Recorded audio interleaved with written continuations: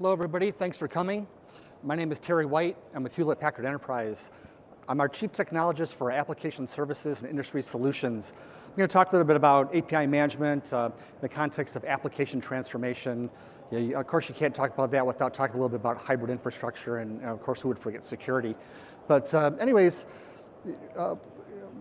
when I came to this conference, or when I set up for this presentation, I'm always trying to think of, well, what can I say that is a little bit different and maybe hasn't been said. So I'm at the keynote yesterday and I said, oh, I was going to say that. And at the keynote this morning, and I was going to say that too. But there were a couple other tidbits that I'm really glad some of the people did say, and I'll kind of mention those. They're a little off topic, but I'll mention those just from my perspective because I think they're important in the context of the kind of the journey that we're on. Okay? So I titled this really kind of, it's about what you don't see. In my line of work and what I've been doing over the course of my career, I've always kind of been under the covers. Yeah, user interface is great, but really what makes that work? It's the scaffolding, it's the information, the data, the infrastructure, those types of things. And I think that where we are with technology right now, those things are really becoming more critical, more important, and it's about time. So I'm going to talk about these things. I'll probably touch on some of these a little later than others because I think they've been well covered in the sessions. And there's a few that I really want to spend a little more time on because I think that in general they're not covered enough. They're kind of glossed over in a lot of the material I see, or people say, well, go read that book. I'm not going to tell you to do that. Go read that book. So I'll give my perspective on some of those, and hopefully that'll be valuable for you. So we look at big enterprises, and like in yesterday's keynote, what affects an enterprise and the impact of one little change or one little change outside that enterprise is pretty huge. Everything's connected, everyone's connected. As employees in large enterprises, typically we're expecting more and more to have the same experiences within the enterprise that we have outside of the enterprise. We've got all these, immersive and experiences, but I have better equipment at home sometimes than I do inside my company. And I think that's actually changing with bringing our own device policies and just the recognition that IT is really driving business and there's a lot of opportunity there, and we want to make sure we stay in the forefront of that. So these are kind of some market trends. We've kind of heard this a little bit before. When I look at a slide like this, mainframe to client server to internet to mobile, social, and cloud, the one thing that we don't talk about is kind of what's left behind. So these are drawn as kind of like boxes. They move from one stage to the other to the other. But realistically, mainframes, you have them. We still have them. We still have lots of applications of mainframes. We still have lots of tools, and they're actually getting better, and they're enabling mainframes and those applications to participate in the new style of IT, right? Client server, still have client server.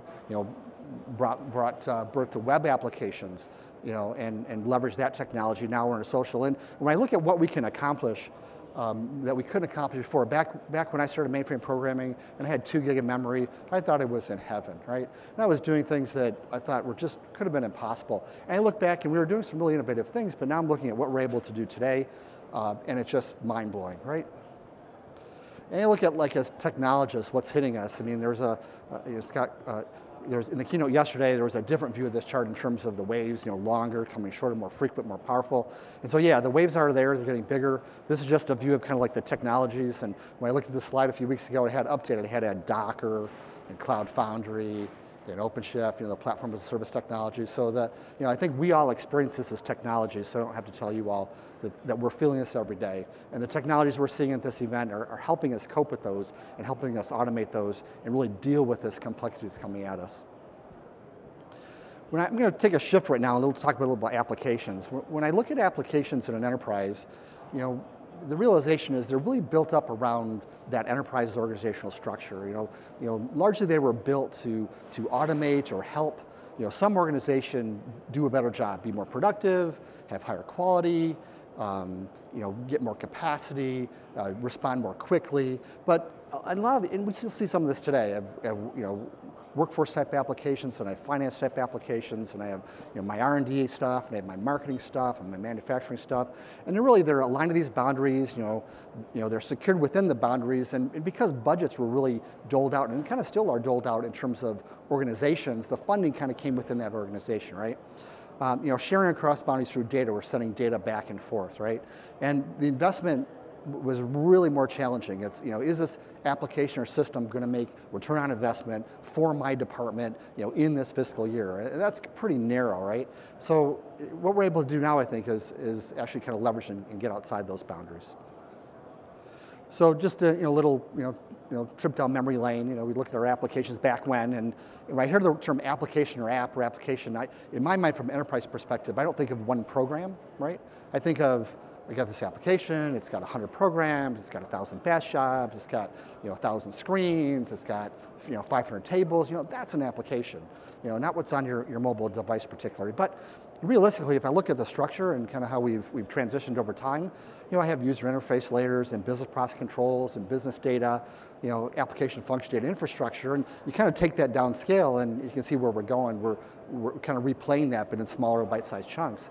And then over time, a lot of us have been able to modernize that technology. We kind of looked at optimizing the layers. So we've broken it down to presentation and business and data access and data storage. And we put things in there to make those a lot easier, right? And really that's been the new legacy, right? And that's the thing that we're dealing with right now. And so when we work with companies and look at their application portfolio, we're looking at how we can take what's been built over time and make it more productive and make it more value. And we've heard in this event in terms of getting value for your assets, because these really are assets. When we look at enterprise applications that have been around a while, and a lot of our clients, we're looking at what are your pain points. So we got the legacy over time, we built it up, we got our core assets and some of our critical systems, and those aren't going away anytime soon. But things like inflexibility, cost. We've got people that, aging workforce, and we're losing the tribal knowledge. People don't want to learn COBOL anymore, even though if you're a COBOL programmer, you're probably pretty in high demand. Risk and speed, and I think above all, speed is the word, or velocity, you hear over and over and over, and we've heard it all over in this event. And really, demand for speed is constant disruptive, and just as a professional in the IT industry, I felt that personally. I'm sure all of you have as well.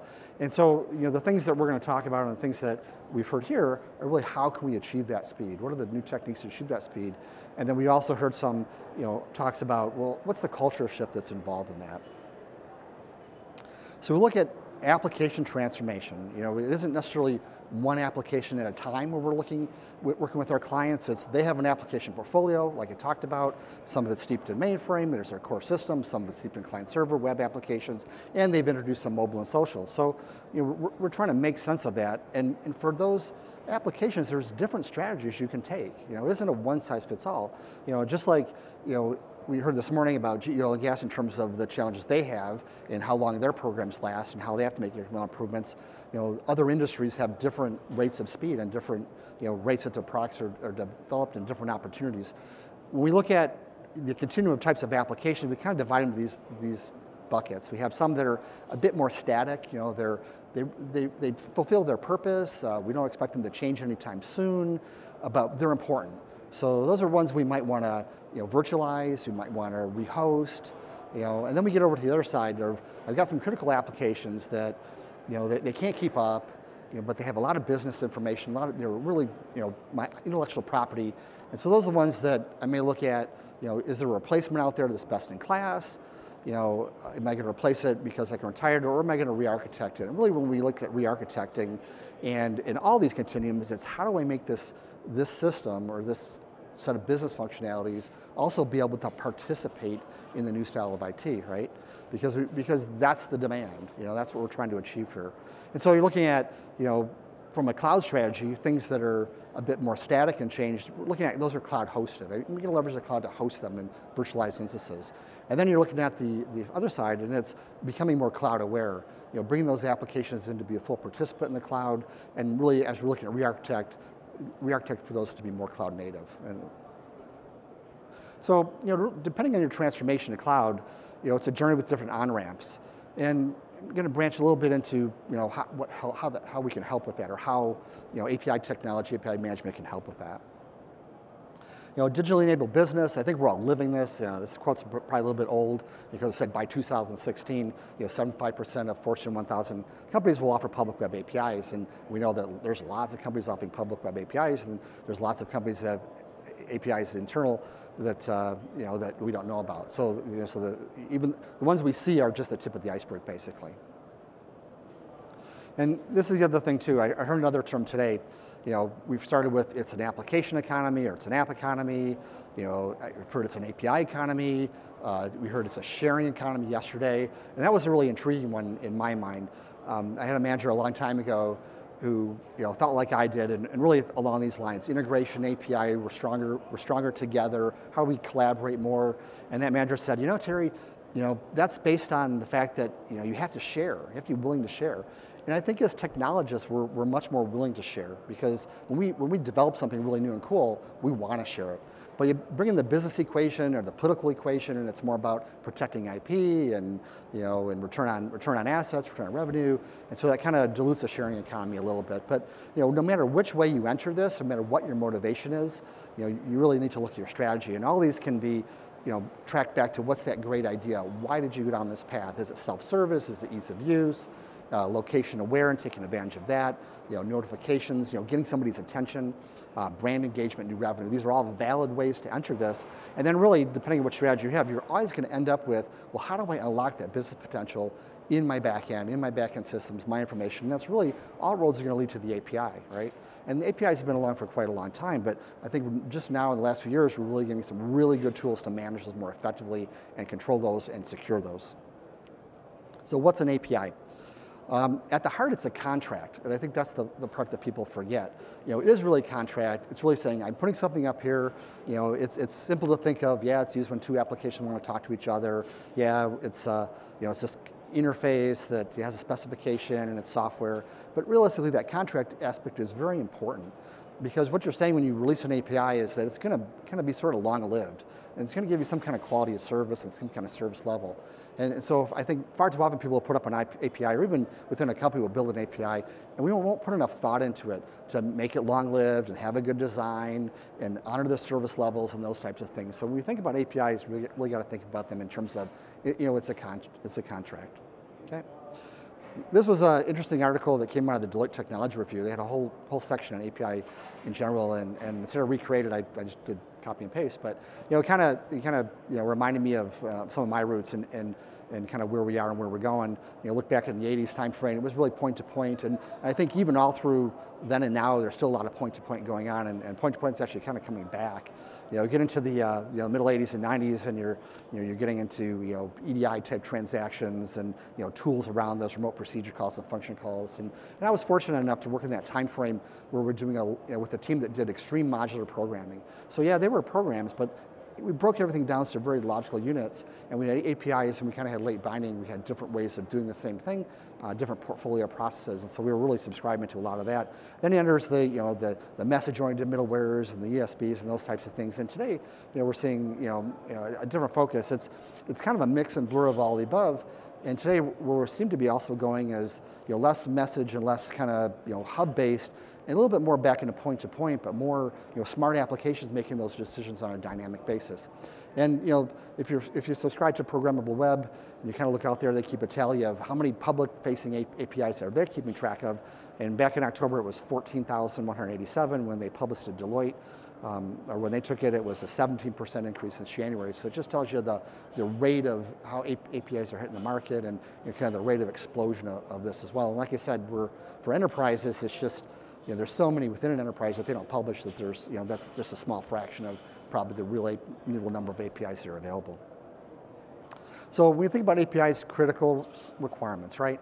Obviously support, it's a contract, so you gotta make sure it's supportable. Security's gotta be built in. Monitoring, over and over, and we heard it this morning, monitor everything. It isn't just to monitor to be reactive, it's monitor to be proactive as well, because you can use that monitoring in your strategies for recovery and your strategies to maintain high availability. Discovery is also becoming more important. I can remember back when the directory services came in, UDDI and so forth, and it was always, well, we had this directory out there, you'd be able to discover things like a phone book, and I think we're actually finally starting to get there. I had a lot of promise back in the early days. We're finally starting to get there where I can actually write applications that can say, I need a search function, or I need a routing function, and you've got the choice of 3 or 4, and depending on what your strategies are, you can use one of those 3 or 4, right? And you can make those decisions more in real time, depending on who your client is and what problem you're trying to solve. And then testing. But not just testing, automated testing built into the process. But these are critical requirements when you're looking at developing and releasing APIs. we look at the whole ecosystem of API management services, we've got kind of these three big areas, and there's probably some few others, but these are the ones that I think are probably really critical and important. Things like, we have the publishing, developing and creating and publishing and releasing.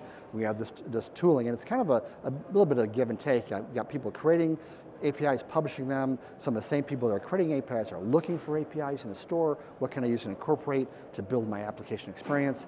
You've obviously got some kind of a runtime. Where can I deploy that to? And obviously that runtime has got firewalls that's secure, and people are making API calls, and you also got existing services. So and kind of bounding that, you've got monitoring and analysis always going on, and you've got governance. And it's not the when people hear governance, they think, oh, governance is so heavy. It's kind of like not necessarily the big G governance, it's the little G governance, but you have to do it, and we'll get into that in just a second here. So 7 habits of effective service and API management. Can't take credit for this, thanks to MuleSoft.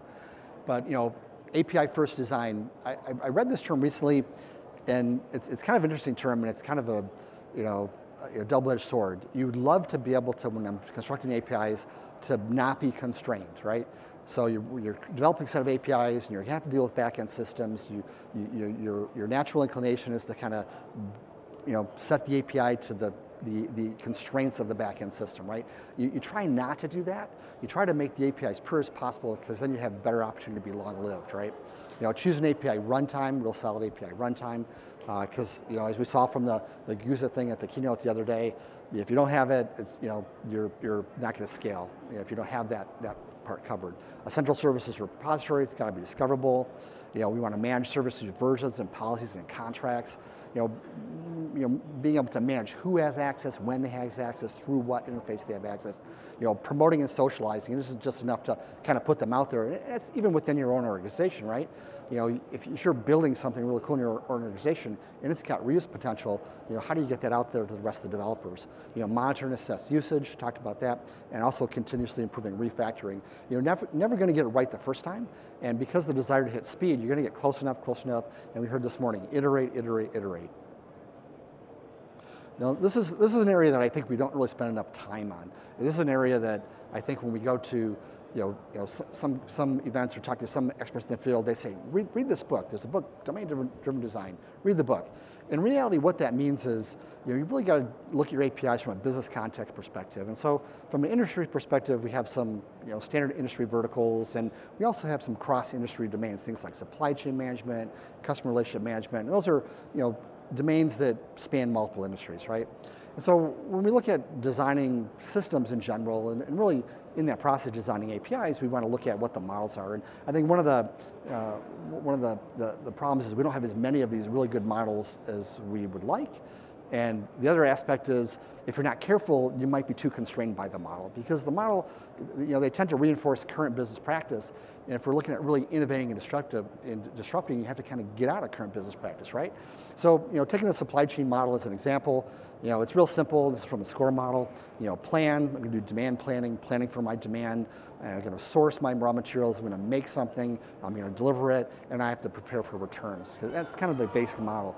So as you're designing this, you're decomposing, creating abstractions. So if I take make, for example, and this kind of build to stock and build to order and engineer to order, depending on what type of company you are, you might be doing one of these, you might be doing all of these, depending on what type of products you are. Kind of take that another thing, if I'm going to build to order, I have scheduling functions and product functions and produce and test functions and packaging and staging. I take that down, and it's really when you get down to these lower levels, you start to see some really cool things happening. Is you see some services and some opportunities for APIs that are highly reusable. What's my demand? Figuring out demand or demand planning is highly reusable across multiple industries. What's my capacity? It's a search and count and aggregate problem, right? What's my inventory? What do I have on hand? Either finished goods or parts. What are my constraints, right? Do I have production constraints? Do I have shipping constraints? What's my, how do I simulate these things? And there's all kinds of models and math models and algorithms. You can simulate these based on various goals. Am I going to optimize my into build? Am I going to optimize my out of build, my shipping? And those are things you do. And then you kind of even get below those, and it's aggregating and counting and locating, and modeling and analyzing. So these are when you think about domain designing, you're kind of breaking the problem down, understanding your domain, right? And really putting some thought into it. okay? And then you develop your systems and your APIs around those. And to take this to the next level, really blow your mind a little bit, think about not just the business function, but the technology functions as well. So this is kind of a generally accepted cloud reference architecture, right? So I've done the same type of thing from a domain perspective from the business side, but from an infrastructure side, what the cloud technology is doing is kind of doing the same thing. I have maybe infrastructure service type stuff and software service type stuff and platform service type stuff.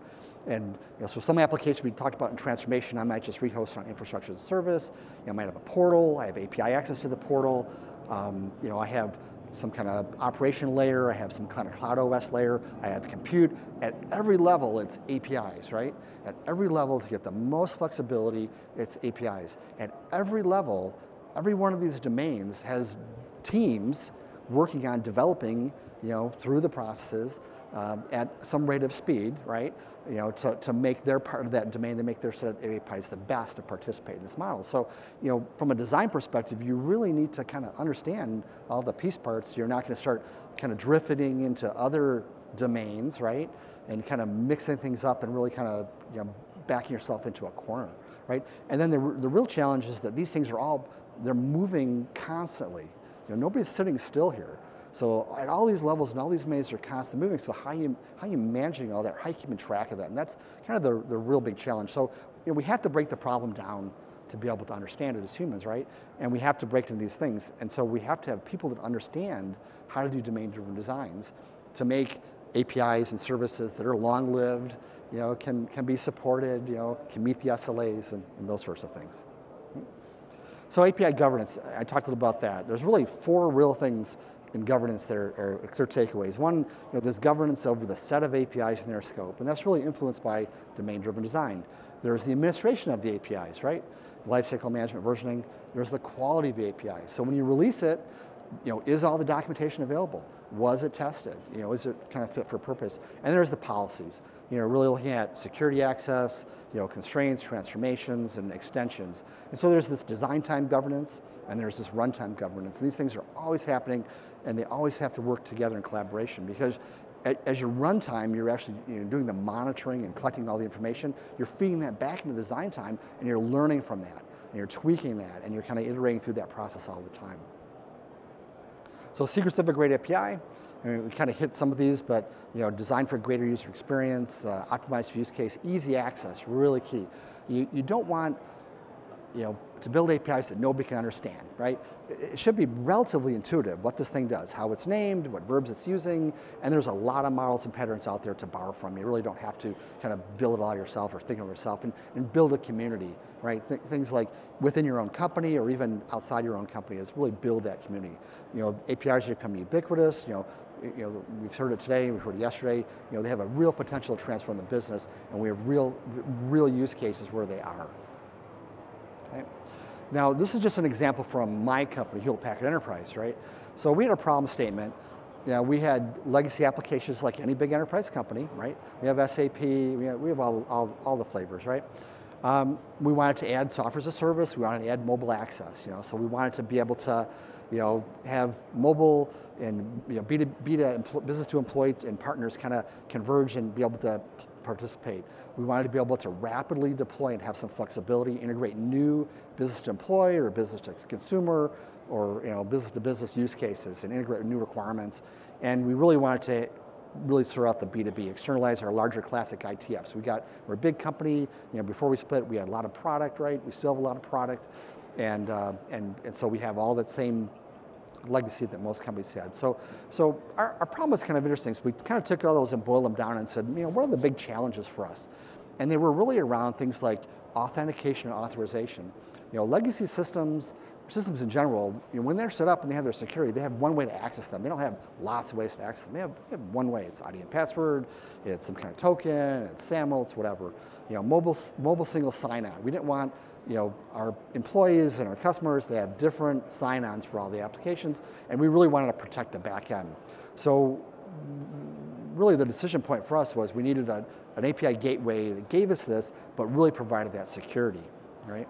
So this is the solution we implemented, and we actually have integrated Salesforce.com. We kind of, I don't know if we set the record for deploying it, but our entire Salesforce.com, pretty quickly. We integrated Workday for our HR aspects. We looked at how to leverage other identity providers, and we deployed mobile applications for our employees and some of our clients as well. And so these are kind of the basic high-level frameworks. Our core API engine is the CA API gateway.